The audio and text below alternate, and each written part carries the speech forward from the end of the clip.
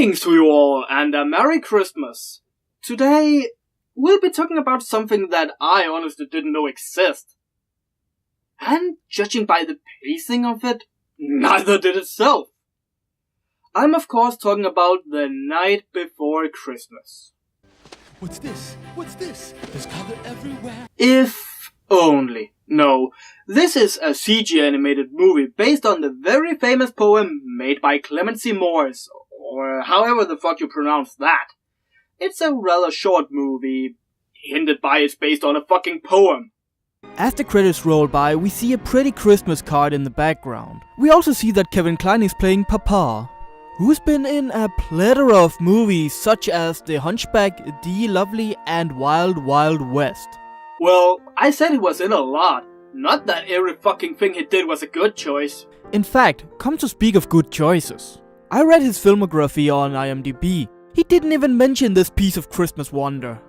So, Kevin Kline openly admits he is in Wild Wild West, but wants you to forget everything about him making this movie? Oh boy, this is starting out great.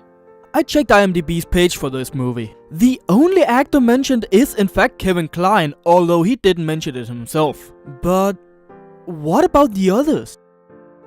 So the actors who played the other roles were so ashamed they didn't even want to be mentioned? Either that or the movie sucked so bad that no one cared about making a description about it. In fact, there's only one line of text on IMDb. What happened? Is this movie really that bad? Or did it just never catch an audience? Oh well, I guess the only way we can truly know is to watch it ourselves. After the credits, Papa is telling the actual poem of The Night Before Christmas. And yes, most of the narration, if not all, is in fact the poem. 'Twas the night before Christmas, when all through the house. Only interrupted by Gregory, played by Lee Takar, a Canadian voice actor. Time for a little late night treat. Time for a game of disappearing bears. Wait, have I seen that before? Whatever movie is that? No, that can't be right. Oh well. Moving on, I guess. As Gregory roams the house for a snack, we see what the movie describes as Christmas fairies. What's this? Christmas fairies?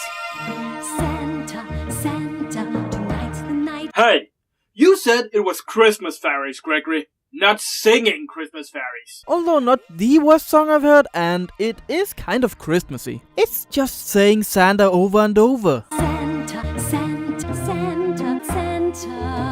But the song introduces us to the villain, Impulse Stick. Which is just as threatening as it sounds. Well, this time, it's gonna be different. Let's see how far he gets without me. I'll stop Santa in his tracks. Make up your mind. Either you don't do squats so Santa can see that you actually contribute to his work, or be a bitch and sabotage him. Doing both is one big contradiction, man. I should know. So no sleigh can pierce it. No jolly Saint Nick.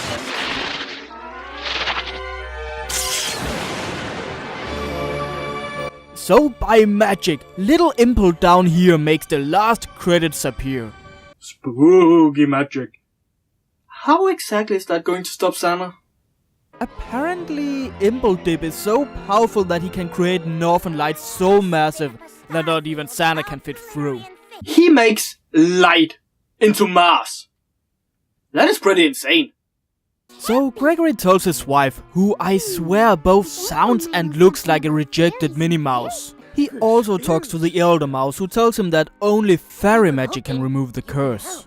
You must find a fairy circle. Well, that is good and all, but how do we get there? Never mind, forget that I asked. I actually installed a GPS on my phone. I'll just find it myself, okay? There's a magic fairy circle in a wood. After the song is over, Gregory is on his way to find the Enchanted Woods to get help from the fairies. On his way, he stumbles upon an owl. You're a curious little fellow. Nice character. What part does he play?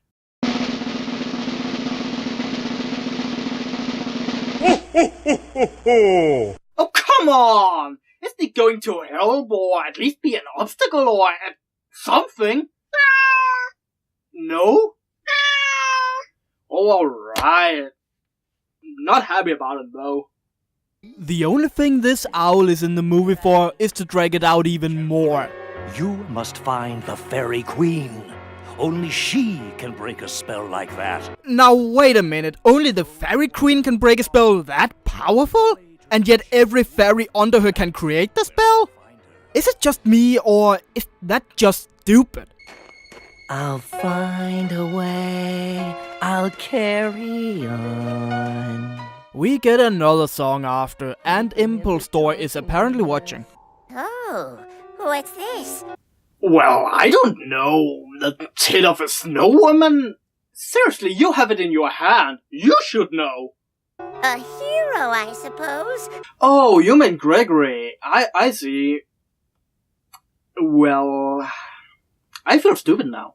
So Impulse meets Gregory, makes magic to make it impossible to Gregory to ever find the Enchanted Woods. Well then, I'll spin up a wave, all shimmery and swift. It will sweep you away and set you adrift. And by far, this is the best part. Where is Gregory being sent? Seriously, you are not going to believe this. He's being sent right next to the Enchanted Woods. This simple bitch is really stupid. Oh well, so give credit to Impulse, Gregory meets the most annoying and loud fairy ever. Also the most paranoid fairy I've seen. Well, to be completely honest, before the movie started, I didn't see that many fairies. The other fairies I can remember is Navi, that annoying bitch. The Fairy Queen! What do you want with her? After yet another song, Gregory and Eliester, as the fairy is called, gets to the Enchanted Woods. Whoa. Enchanted Wood. That is the Enchanted Woods? That is a fucking discount smell city, not an Enchanted Woods. This is so lame. Okay, moving on. 1 minute.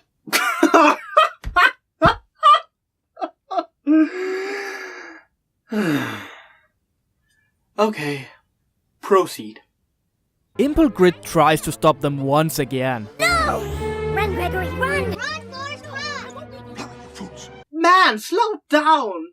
What just happened? They saw Impel Kid, she told Gregory to run, he refused? What?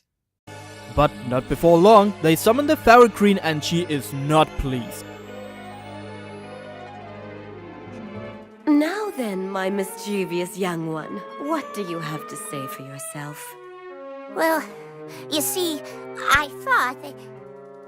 But that's just it. You thought only about yourself. I got to say, picture her in the court.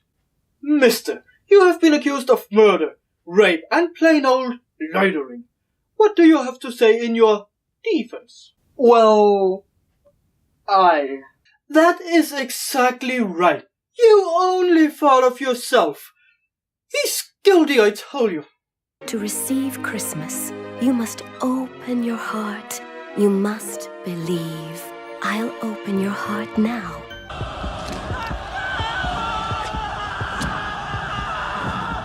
What? Come on, you were thinking the same thing, admit it.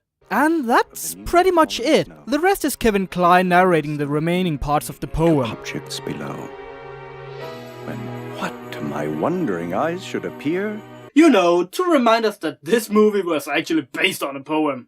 Because without this part, no one would be any the wiser. Papa meets Santa, and the end. Although I still don't get why Gregory continued his journey after meeting a fairy. Couldn't he be like, hey, you're a fairy, tell this to the Fairy Queen? Bye-bye! You're not gonna quit just like that, are you? Well, I'm not quitting. I fulfilled my part. Now it's your turn, Polyester. As much as I would, I just can't help it. It's Christmas for Christmas' sake. It's not a good movie by any means, but it still has some sort of nice, cozy feel to it. That you just find it appealing even though the story is all over the place. And I must say that when you base your movie around a poem, you really need to add something to make it, well, a movie. The best way to describe this film though is to call it a reverse Sonic.